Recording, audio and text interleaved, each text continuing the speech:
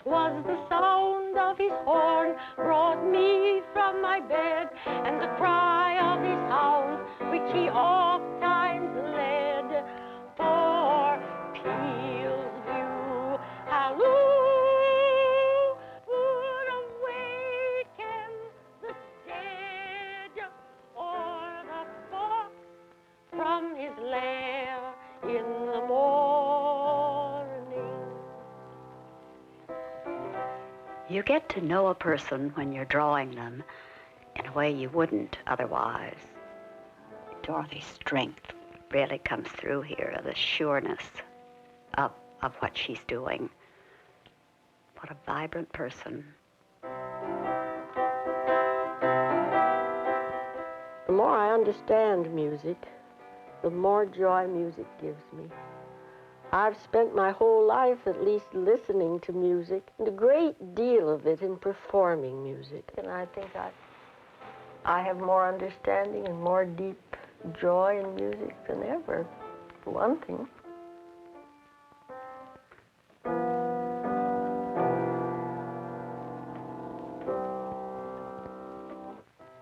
Charles is a philosopher.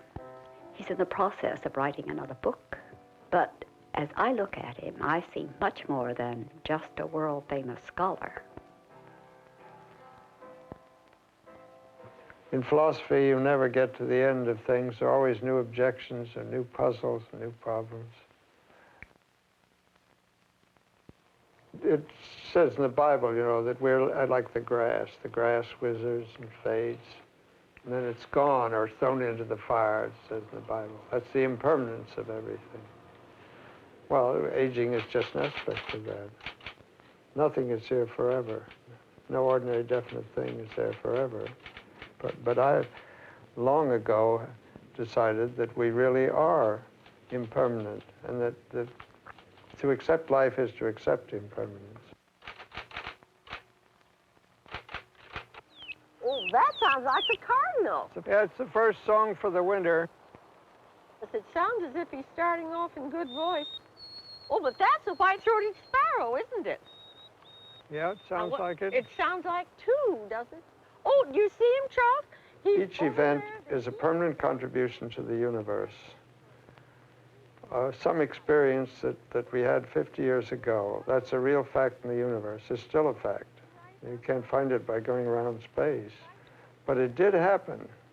It's not just a possibility or something that might have happened. It did happen. Well, it's nice to have them back for the winter. It certainly is. We'll have to refill the feeder now. Each moment I create a new experience was never there before. Maybe the difference may be very insignificant, but it's novel, it's new. Nobody ever had that experience. That in some sense of life is like a story. Every book, every story has an introduction and a middle and an end.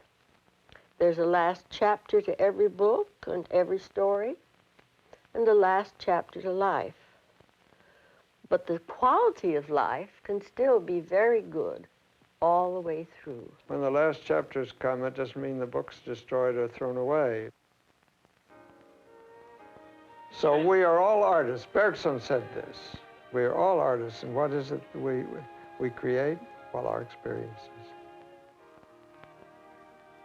I'm creating my own experience by sitting here drawing Dorothy. Dorothy, at a time of real excitement in her life, she's writing a book. And I've watched the patience, the dedication, the real stick-to-itiveness that went into the whole thing. And now to know it's nearing the end, to share this moment with her has been very important to me. These are moments, experiences that I've shared, and each one has had something very special to give to me. Francisco's hands. Ah, what a great combination. Francisco and his beautiful green garden. but I think his understanding of growth goes far beyond his garden. It makes you feel good when you plant the seeds and you see the plants coming up, and then that those plants are producing something that you like. I love to see that. I like to eat the vegetables fresh, and I enjoy seeing the plants come from under the ground and then grow up and yield. And yield. See, that's one of the main things. I guess because we came from a part of a country where they plant so many vegetables, and we are used to eat vegetables. I didn't think we had that many, but I'm going to pull it. They're not big enough yet. Yeah, this is big enough. And I love cats very much. And I like to see them play. I enjoy that. It really thrills me to see them jump and play, and they're so tame and so grateful. Either you're hungry, you need some milk. Yes, you are hungry. So I can talk to them, and they seem to understand me, and they come and cuddle and just kind of love you. And I like that about the cats. I spend too much time in my garden because I want to have the things fresh to eat. Of course, when I get too many, I put them on jars so I can save them, see, like the jalapenos. I mix the vinegar with sugar, water, and it turns to be good.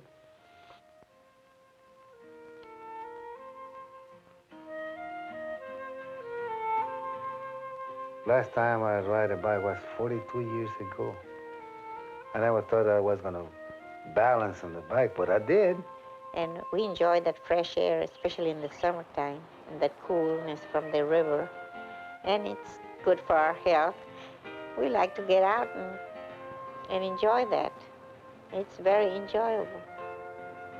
Francisco and Cruz seem to have a very special quality, a zest for this moment of this day.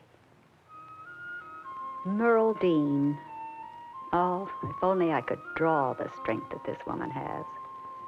Like so many others, she saw her life go downhill. Slowly her knees deteriorated until she could hardly walk. And then she lost her husband. The left leg was completely, I was told, gone. It just didn't move. I had no knee joint at all. The right knee was not far behind, I was told that also. It grew steadily worse without my realizing it or feeling that I would ever admit it. And then finally I had to. I would lie across the bed many times in my clothes, not feeling like I needed to get up and undress for bed. To go through the house, I had to hold the walls to the furniture, then to the back door. It seemed like a mile trip to me to get from the front bedroom to the back door in the small duplex. I cried day and night. I just felt like I had been thrown away.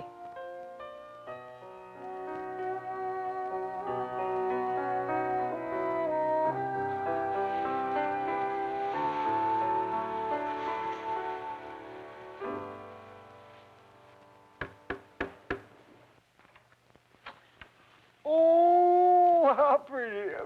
You're pretty tonight. Let's go to the ball. Huh, now? Oh, you pretty thing. Let's go to the ball. Pretty red dress and all.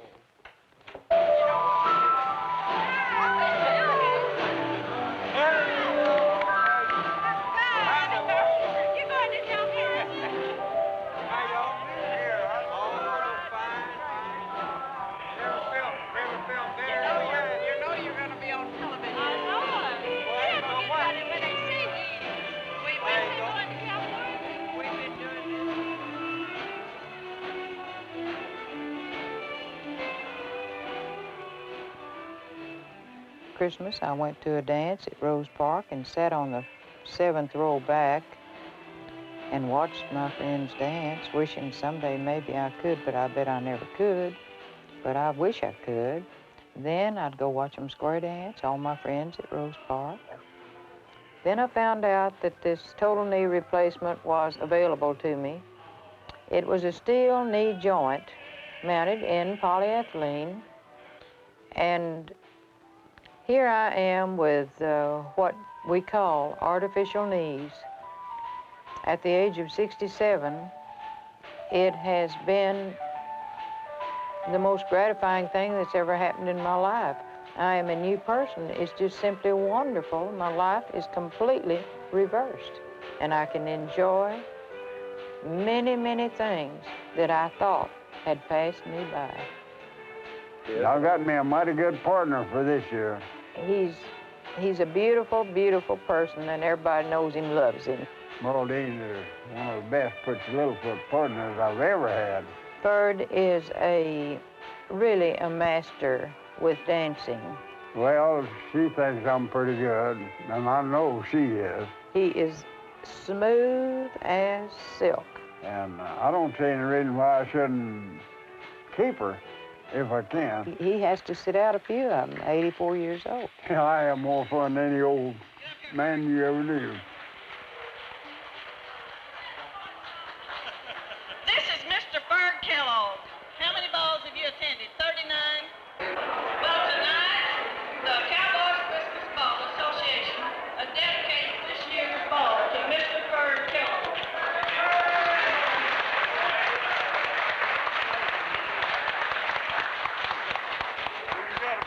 Okay, get up there, Sugar. Oh, I can help you. Okay. Oh, no, you can't. Whoa, I'll stand on the foot there. Thank you, everybody. Thank you.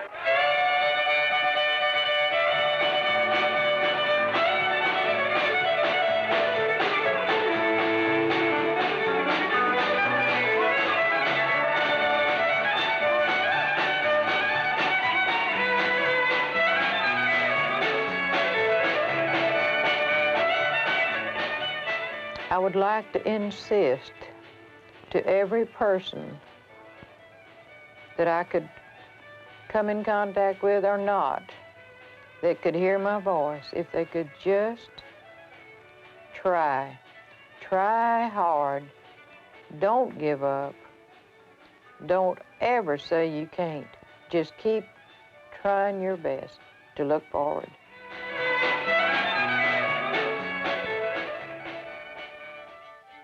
Merle Dean is one of my truly brave friends, and she's learned to get the most joy out of each experience. She's taught me about coping. Helen has helped me understand the generous rewards that come from sharing in others' lives. She's taught me about giving time and attention to someone who gets so little of either.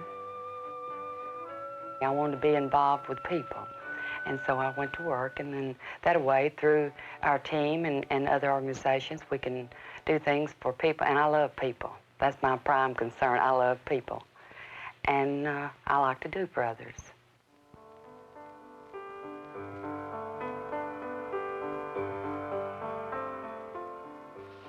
If we spent an hour a week throughout the United States, an hour a week visiting some elderly person or doing something for them, look what a blessing that would be to them.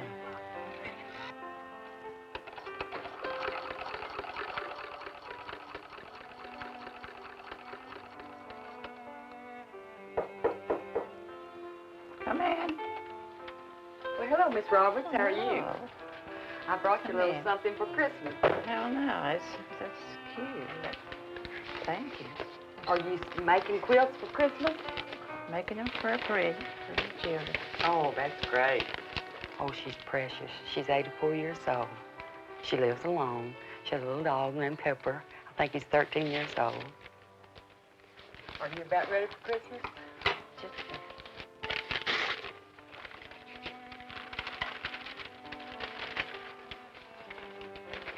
Oh, how nice. That's beautiful. Thank you. Thank you so much. let myself get out of hand. I'm too big for much. Oh, well, we all do that, don't we? What's the matter? Oh, you You went went to the teacher? Yeah. You know, it's the greatest thing, I think, is when all the families gets together, you know, and enjoys itself on occasions like that. That's so important. That's important. Mm-hmm.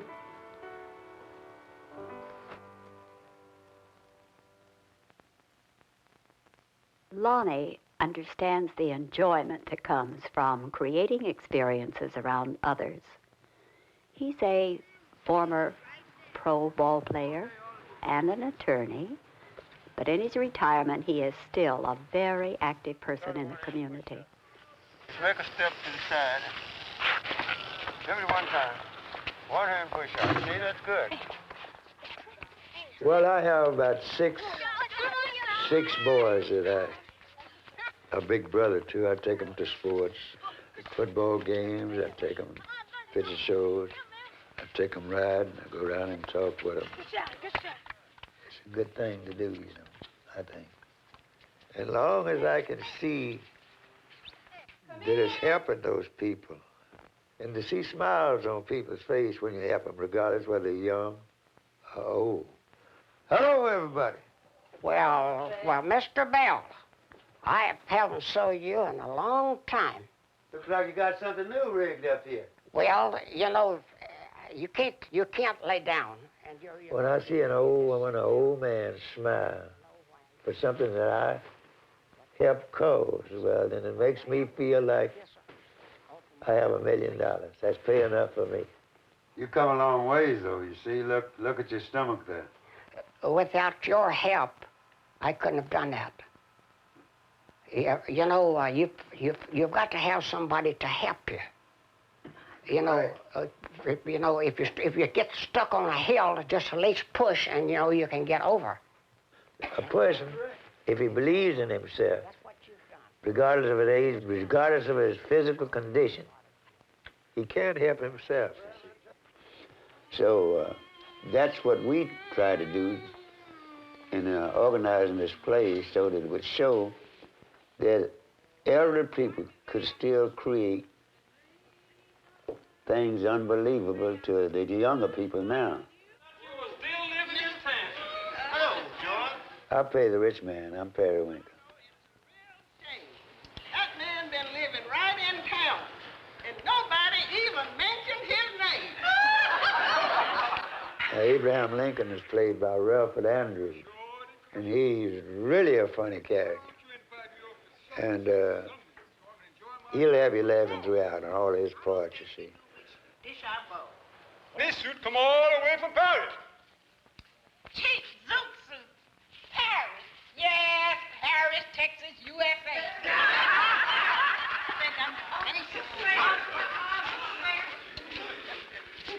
Well, she's too old for morning sickness. We can rule that out. Yes, sir. Keep on her boxes to church supper and pay $5 for it. Margaret Carter, she plays Samantha. She's a great gossiper. She's the leading gossiper in the entire community. You say that again. But anyway, they say that he just made a fool out of himself. Say he was a chicken and training and talking young folks talk like he was 20 years old. Yeah, honey. It's a wonderful comedy.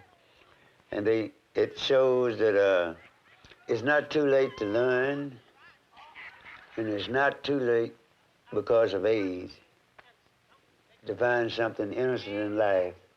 If he has the confidence in himself to do something, he can still do it, regardless of age. Jean is a potter. Roy is a beekeeper. Never have I seen a person more unified with his world. When the weather is good, Jane and I take a morning walk. It's good for our physical health, and it's good for our, should I say, spiritual health, to have those walks together. Instead of getting up and starting a day, it might be hectic. Why, it's a time of relaxation. And it's time of enjoying the countryside together. Bees have been a part of my life since I can remember. And the interest in bees never ceases. There's 7 or 8 worker bees put in there with her, and you also catch them and put them in. What about getting stung? Well, you'll get stung. I tell people that sure the bees sting you, but if you fool with people, well, they sting you too. And that hurts a whole lot longer than bees. Bees just hurt a little while. People often ask me why I don't retire. And I can't retire because my interest is there with the bees. One side of this hive has queen in it, the other side doesn't have a queen. I don't know which side has. In opening a hive, you raise the lid like that, just pour a little, smoke a little right across the front of them. Let's see if we can find the queen. And my interest in bees is so great that I feel that if I was divorced from bees, that I would not have enough interest in life to have an incentive to continue life. That bees are a part of me. There she is right there.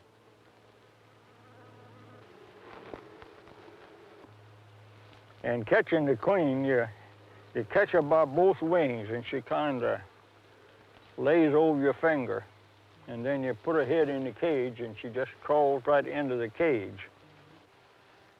You got sharp eyes, Kevin. Probably, there she is. See her? Yeah, right there. Right there. I think she's a good queen. She's not as large as she would be if she's laying heavy. It's too cold now. But you see how she carries herself up on her front legs? And she's a good, vigorous-looking queen. That'll hit a good colony of bees.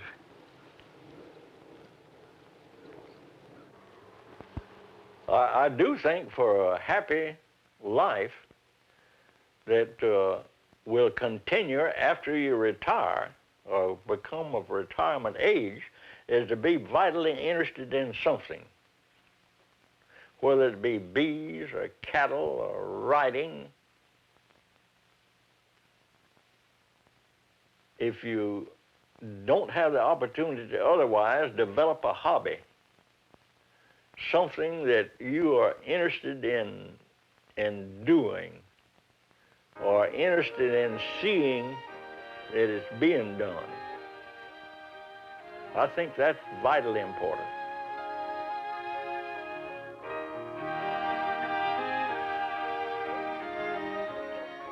I enjoy ceramics, and I enjoy painting. I enjoy the study of art history, and I have done etching. And I feel that art has many variations, and I'm interested in all of them.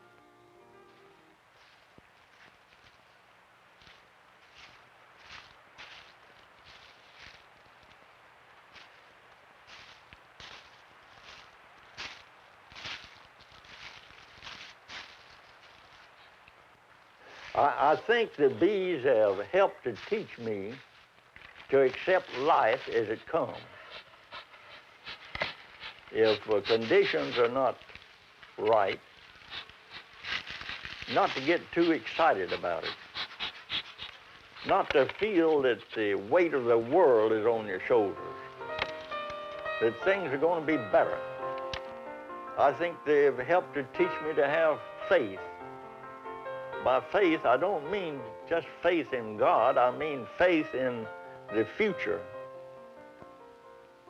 faith in life and what's coming. To not worry if the sun is not shining today. It'll be shining tomorrow or next day.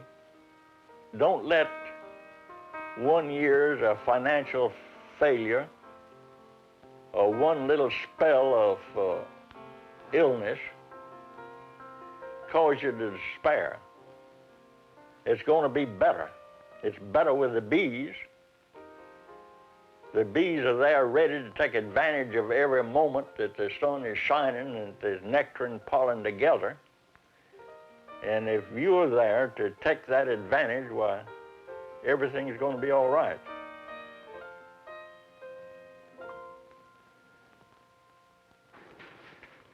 I wish I'd painted these portraits, but I didn't. I'm not an artist. I'm an actress. I do have a portrait of myself, though, that I'd like to share with you. Last year, I moved into that magic age of 65. Suddenly, I heard the word old as it related to me, and I confess, even now, I cannot tell you what that word means. Growing old is what we're all doing. And how we move into these later decades, it seems to me, is determined largely by how we lived in our 20s and 30s and 40s. I took a new, long look at myself. Well, I adjusted the picture a little, but I'm becoming comfortable about it. I'm stronger than I was at 20, perhaps wiser than at 30. I know I'm less depressed than I was at 50. And I've picked up an acting career that I put down 37 years ago. So I believe I'm coping. And these people whose portraits we've been viewing, they seem to be coping very well. But we know, all of us, of old people who are not, who are ill and alone and who feel hopeless, unmotivated, perhaps financially desperate.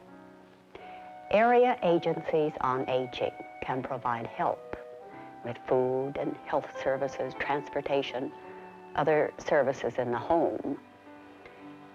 If you need support, and it really is your responsibility, if you do, it's as close as a telephone. Area agencies on aging function in every region of the nation, and your local agency can provide information about resources.